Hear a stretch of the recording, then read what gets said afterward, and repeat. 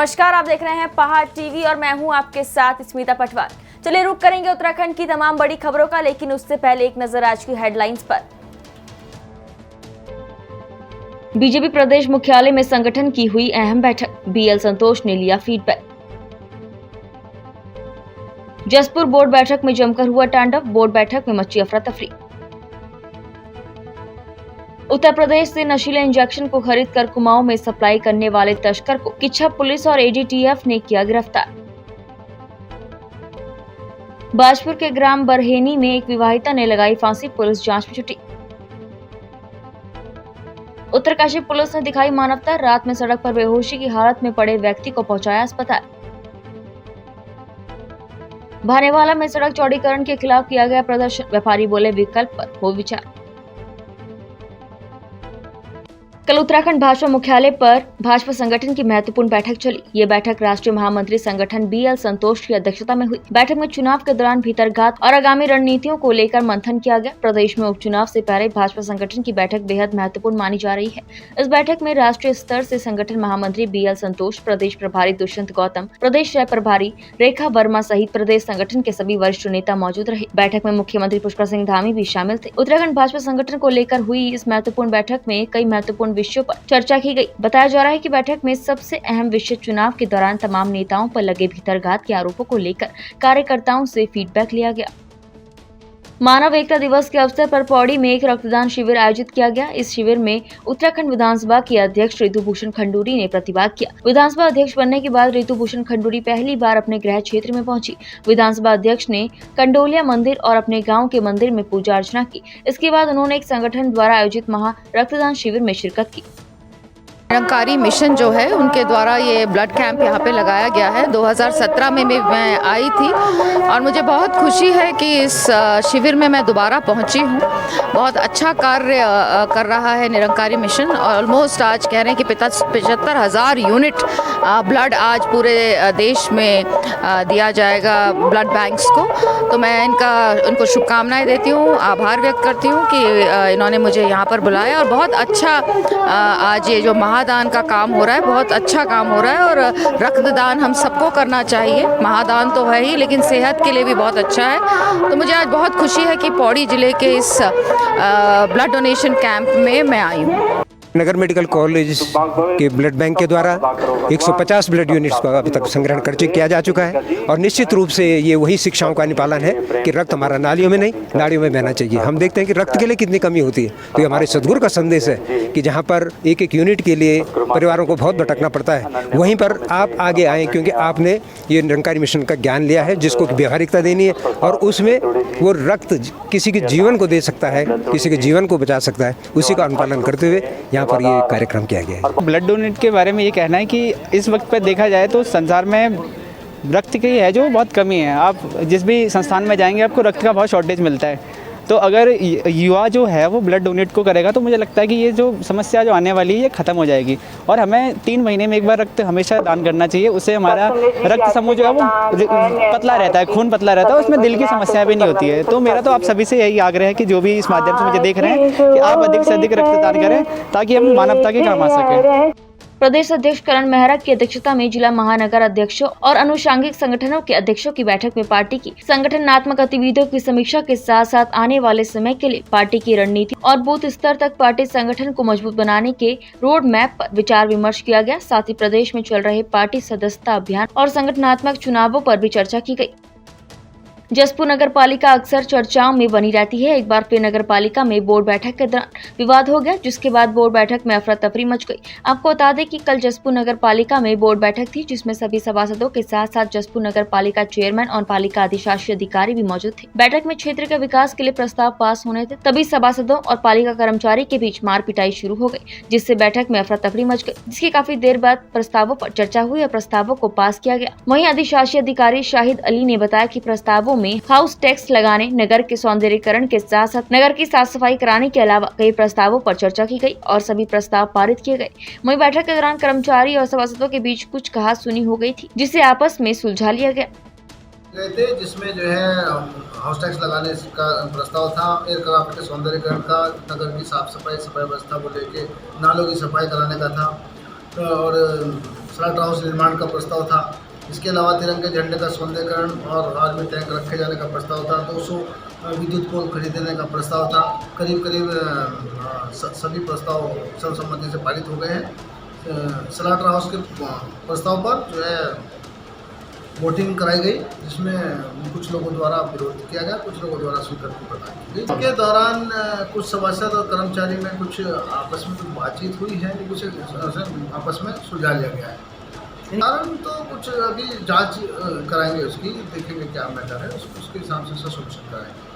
बीती 23 अप्रैल को राजेंद्र नाथ निरीक्षक यातायात रात्रि जोनल चेकिंग ड्यूटी में नियुक्त थे। ड्यूटी के दौरान बैराज कॉलोनी जोशियाड़ा उत्तरकाशी के पास एक अज्ञात व्यक्ति सड़क पर बेहोशी की हालत में लहूलुहान पड़ा था, जो अपना नाम पता बताने में असमर्थ था, जिसको निरीक्षक यातायात और कांस्टेबल चालक शिव मंगल द्वारा बिना देरी के तत्काल सरकारी वाहन से उपचार के लिए जिला चिकित्सालय उत्तरकाशी पहुँचाया गया, जिससे समय रहते उक्त व्यक्ति की जान बचाई जा सकी। प्राथमिक उपचार के बाद उक्त व्यक्ति के परिजनों के बारे में जानकारी जुटाकर उन्हें सूचित किया गया। उत्तरकाशी पुलिस ने सभी से अपील करते हुए कहा कि सड़क दुर्घटना या अन्य किसी भी दुर्घटना में घायल व्यक्तियों की मदद जरूर करें, अपना सहयोग प्रदान कर जिम्मेदार नागरिक का कर्तव्य निभाएं। पौड़ी जिले के यमकेश्वर विधानसभा के सिलड़ी गांव निवासी सिपाही आकाश भंडारी का पंजाब के फिरोजपुर में निधन हो गया है। बताया जा रहा है कि फिरोजपुर आर्मी एरिया में कार्यक्रम के दौरान शॉर्ट सर्किट होने से जवान आकाश भंडारी का निधन हुआ है। वहीं आकाश भंडारी के निधन की सूचना पर गांव में शोक की लहर दौड़ गई है। यमकेश्वर के सिलड़ी गाँव निवासी 24 वर्षीय आकाश भंडारी 2017 में गढ़वाल राइफल में भर्ती हुए थे। वर्तमान में उनकी तैनाती फिरोजपुर में थी। आकाश भंडारी के पिता दिल्ली संसद भवन में 4th श्रेणी कर्मचारी पद पर कार्यरत है। उनकी मां कैंसर से पीड़ित है। उनका एम्स दिल्ली में इलाज चल रहा है। आकाश भंडारी का एक बड़ा भाई भी है, जो प्राइवेट जॉब करता है। वहीं क्षेत्र के विधायक रेणु बिष्ट ने भी घटना पर दुख जताया है। उत्तराखंड भाजपा के राष्ट्रीय महामंत्री बीएल संतोष 2 दिन के देहरादून दौरे पर हैं। कल उत्तराखंड भाजपा मुख्यालय पर भाजपा संगठन की महत्वपूर्ण बैठक चली। ये बैठक राष्ट्रीय महामंत्री संगठन बीएल संतोष की अध्यक्षता में हुई। इसी बीच प्रदेश अध्यक्ष मदन कौशिक ने प्रेस वार्ता करते हुए कहा कि महामंत्री संगठन प्रभारी और सह प्रभारी 2 दिवसीय दौरे पर हैं। इसमें हमारे विभिन्न प्रकार की बैठकों का आयोजन हुआ। पहली बैठक में मुख्यमंत्री के साथ बातचीत हुई, साथ ही मैनिफेस्टो के आधार पर आने वाले दिनों में काम करेंगे। साथ ही उन्होंने चंपावत में सीएम धामी के उपचुनाव लड़ने को लेकर कहा कि चंपावत की सीट बड़ी मार्जिन से जीते, इसकी पूरी रूपरेखा हमने तैयार कर ली है। कल शाम से महामंत्री संगठन प्रभारी और सह प्रभारी 2 दिवसीय दौरे पर हैं। महामंत्री संगठन इस प्रकार के 2 दिवसीय दौरे पर सभी राज्यों में जाते हैं। इसमें हमारे विभिन्न प्रकार के बैठकों का आयोजन हुआ। पहली बैठक हमारे सभी मंत्री मुख्यमंत्री बैठे, बातचीत हुई और जो हमारा मैनिफेस्टो वो हमारा गीता है, इस आधार पर हम अगले दिनों में काम करना प्रारंभ किएंगे। 1 महीने में जो सरकार ने अच्छे काम किए, मई के महीने में एक बड़ा 15 दिन का जनसंपर्क अभियान लेकर सभी घरों में उन सारे कामों को हम लोग एक जनसंपर्क अभियान के माध्यम से संपर्क करके बताने जा रहे हैं। चाहे 3 सिलेंडर देने की बात, ये सारा विषय हम जाकर एक बड़ा अभियान चला कर देंगे। मई के महीने में हमारे जो प्रशिक्षण थे वो मंडल के पूरे हो गए थे, जिलों के बचे हुए थे, वो जिलों के भी हम लोग पूरे करेंगे।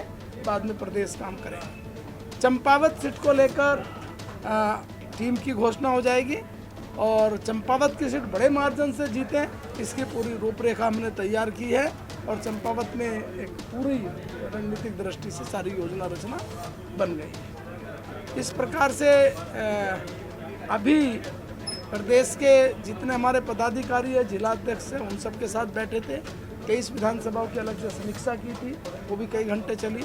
आज इनके साथ भी बैठे जो हमारे प्रदेश पदाधिकारी थे। आने वाले समय में और क्या क्या प्रभावी ढंग से काम कर सकते हैं, इस प्रकार का सब लोगों को एक दिशा और प्रेरणा हमें मिली है। अभी चुनाव प्रबंधन के माध्यम से हम लोग बैठेंगे और इस प्रकार से 2 दिवसीय पूरा कार्यक्रम हमारा चल रहा है। कर्णप्रयाग स्थित गौचा नगर पालिका के डंपिंग जोन की एक और की दीवार क्षतिग्रस्त होने से डंपिंग जोन को खतरा बन गया है। नगर पालिका अध्यक्ष अंजू बिष्ट ने बताया कि जल्द ही क्षतिग्रस्त दीवार को ठीक कर दिया जाएगा। गौचर पालिका अध्यक्ष अंजू बिष्ट ने बताया कि पिछले कुछ समय पूर्व नेशनल हाईवे द्वारा डंपिंग जोन के नजदीक क्रबर निर्माण कार्य के चलते डंपिंग जोन का कुछ भाग क्षतिग्रस्त हो गया था, जिसकी सूचना मिलते ही उनके द्वारा नेशनल हाईवे के अधिकारियों को जल्द ही दीवार का पूर्ण निर्माण करने को कहा गया। वहीं दीवार के टूटने से पालिका द्वारा एहतियात बरतते हुए कूड़े को डंपिंग जोन के किनारे ही डालकर वहीं से अलग किया जा रहा है, ताकि डंपिंग जोन का कूड़ा नदी में न जा सके। मुझे लगता है कि जिसने ये वीडियो बनाई है उसे वीडियो पूरी तरीके से बनानी चाहिए, क्योंकि कई बार आपने देखा होगा सोशल मीडिया पे कई लोग ऐसी वीडियो डालते हैं जिसमें कि जनता भ्रमित हो जाती है। मुझे लगता है कहीं ना कहीं जिसने ये वीडियो बनाई है उसका उद्देश्य पूरे गौचर की जनता और पूरे देश की जनता को भ्रमित करना है, और ये कहीं ना कहीं मुझे राजनीतिक षड्यंत्र नज़र आ रहा है, क्योंकि वास्तव में अगर वास्तविकता थी तो वीडियो में केवल ऊपर से दिखाया गया है और नीचे अगर नदी में कूड़ा जा रहा है तो वो वीडियो क्यों नहीं दिखाई गई है। तो ये पूरा जनता को भ्रमित करने का इसका उद्देश्य था। रेलवे परियोजना का जो टनल बन रहा था उसको देखते हुए एनएच द्वारा वहाँ पे अपने इस कबर को हमारे डंपिंग यार्ड पे और शिफ्ट कर दिया गया था, जिसकी वजह से हमारे डंपिंग यार्ड को थोड़ा बहुत नुकसान पहुँचा है। और जो भी नुकसान पहुँचा है उसके संबंध में हमने एनएच के अधिकारी को सूचना भी दी थी, लेकिन उनकी तरफ से हमको कोई रिस्पॉन्स नहीं मिला। अतिशीघ्र वहाँ पे हम एक नई वॉल सेफ्टी वॉल बनाना शुरू करने वाले हैं, और मुझे लगता है कि आज या कल में ये काम शुरू हो जाएगा। नालों के वजह से टूटी, क्योंकि यानी इधर तो ये नाले थे नहीं, नाला आगे थे, तो एनएस वालों ने जो यहाँ से नाला खोदी तो वो सारे पानी इधर से आई और वो सारी दीवारें पूरी दीवार तोड़ के नीचे चली गई। बाजपुर के ग्राम बरहेनी में एक विवाहिता ने फांसी लगाकर अपनी जीवन लीला को समाप्त कर लिया है। घटना की सूचना मिलते ही पुलिस मौके पर पहुंची शव को कब्जे में लेकर पोस्टमार्टम के लिए भेज दिया है। आपको बता दें कि बाजपुर के ग्राम बरहेनी के बंगाली कॉलोनी निवासी सोनू का विवाह 4 वर्ष पूर्व नीतू से हुआ था। जहां सोनू मजदूरी के लिए गया था, वहीं घर में मौजूद नीतू ने अज्ञात कारणों के चलते फांसी लगा ली। विवाहिता के फांसी लगाने की भनक लगते ही परिजनों में कोहराम मच गया। वहीं घटना की सूचना मिलते ही पुलिस मौके पर पहुंच गई, जहां पुलिस ने मजिस्ट्रेट की मौजूदगी में शव को कब्जे में लेकर पोस्टमार्टम के लिए भेज दिया है। वहीं मृतका के परिजनों ने ससुराल पक्ष पर दहेज उत्पीड़न का आरोप लगाया है। इस दौरान तहसीलदार राजेंद्र सनवाल ने बताया कि शव को कब्जे में लेकर पोस्टमार्टम के लिए भेज दिया गया है और पुलिस द्वारा मामले की जांच की जाएगी, जिसके बाद अग्रिम कार्यवाही अमल में लाई जाएगी। सूचना प्राप्त हुई है बरहेनी बंगाली कॉलोनी में नीतू नाम की लड़की ने, जो शादीशुदा थी, 4 साल उसकी शादी हुए थे, इसने सुसाइड कर लिया है, जिसमें बरहेनी चौकी द्वारा पंचायतनामे की कार्रवाई की जा रही है। मृत्यु का सही कारण जानने के लिए इसका पोस्टमार्टम कराएंगे। अब इनके पेरेंट्स से जो देंगे एफआईआर होगा, उसमें जांच करी जाएगी, जो भी होगा उसमें कानूनी कार्रवाई की जाएगी उनके खिलाफ। उत्तर प्रदेश से खरीदकर उत्तराखंड में नशीले इंजेक्शन की सप्लाई करने वाले थोक व्यापारी को किचप पुलिस ने 300 से अधिक नशीले इंजेक्शन के साथ गिरफ्तार कर लिया है। कोतवाली परिसर में मामले का खुलासा करते हुए क्षेत्राधिकारी ओम प्रकाश शर्मा ने बताया कि कोतवाली पुलिस लगातार नशीले पदार्थों के व्यापार पर अंकुश लगाने के लिए समय समय पर छापामार अभियान चलाए हुए है। कल देर से आए मुखबिर की सूचना पर पुलिस और एडीटीएफ की टीम ने चौक के निकट क्रेटा कार को चेकिंग के लिए रोका, तो वाहन चालक ने भागने का प्रयास किया। पुलिस की कड़ी घेराबंदी के कारण चालक को हिरासत में लेकर सघन तलाशी ली गई, तो विभिन्न कंपनियों के 300 नशीले इंजेक्शन बरामद हुए। पुलिस ने वाहन चालक और वाहन को कब्जे में लेते हुए कोतवाली पर ले आई। पुलिस की पूछताछ में नशीले पदार्थों की तस्करी करने वाले अभियुक्त ने बताया कि उत्तर प्रदेश से नशीले इंजेक्शन को लाकर वो कुमाऊं मंडल के विभिन्न ग्रामीण क्षेत्रों में सप्लाई करता था। के निर्देश के अनुसार नशे के कारोबारों के विरुद्ध कार्रवाई के निर्देश दिए गए थे। इसी क्रम में थाना पुलिस और एटीटीएफ के द्वारा बाईपास पर छत्रपाल है और इसको 300 इंजेक्शन के साथ क्रेटा कार के साथ गिरफ्तार किया गया है। ये नशीले इंजेक्शनों का कारोबार करता है और काफ़ी व्यापार कर चुका है, पहले भी एनडीपीएस में जा चुका है और इसके खिलाफ आवश्यक कार्रवाई की जा रही है। और इसकी जो संपत्ति इन्होंने इस नशीले कारोबार से जमा की है, इकट्ठा की है, वो बैंक के खाते तलाशे जाएंगे और उनको सीज कराएंगे। टोईवाला के भानेवाला में सड़क चौड़ीकरण का काम कुछ ही दिनों में शुरू होने वाला है। सड़क चौड़ीकरण से प्रभावित होने वाले तमाम व्यापारी डरे और सहमे हैं और कह रहे हैं कि अगर सड़क का चौड़ीकरण होने से उनका पुश्तैनी व्यापार और घर मकान सब टूट जाएगा और उनके सामने रोजी रोटी का संकट भी खड़ा हो जाएगा। इसलिए भानेवाला के प्रभावित होने वाले व्यापारियों ने सांकेतिक चेतावनी देते हुए प्रदर्शन करते हुए कहा कि अगर शासन प्रशासन ने उनकी मांग पर विचार नहीं किया तो आगे बड़ा आंदोलन किया जाएगा। गुजारिश रहेगी कि इसका बाईपास करके किया जाए। या वैकल्पिक मार्ग हमें 2 सुझाव सरकार को दे रखे हैं, वैकल्पिक मार्ग के, उनसे वैकल्पिक मार्ग किया जाए ताकि हमारा आजीविका बच्चे रहे, हमारे परिवार उजड़ने से बच्चे रहें।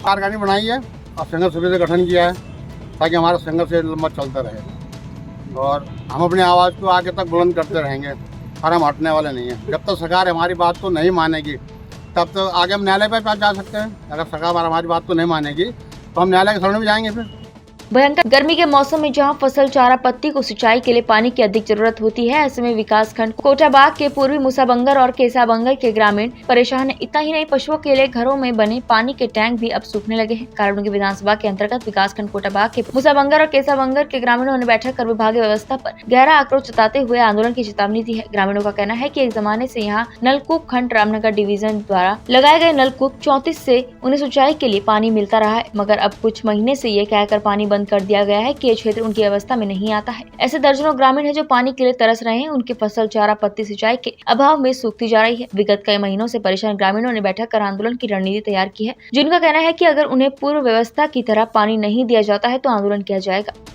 मूसाबंगर का निवासी हूँ, देवकी नंदन नाम है मेरा।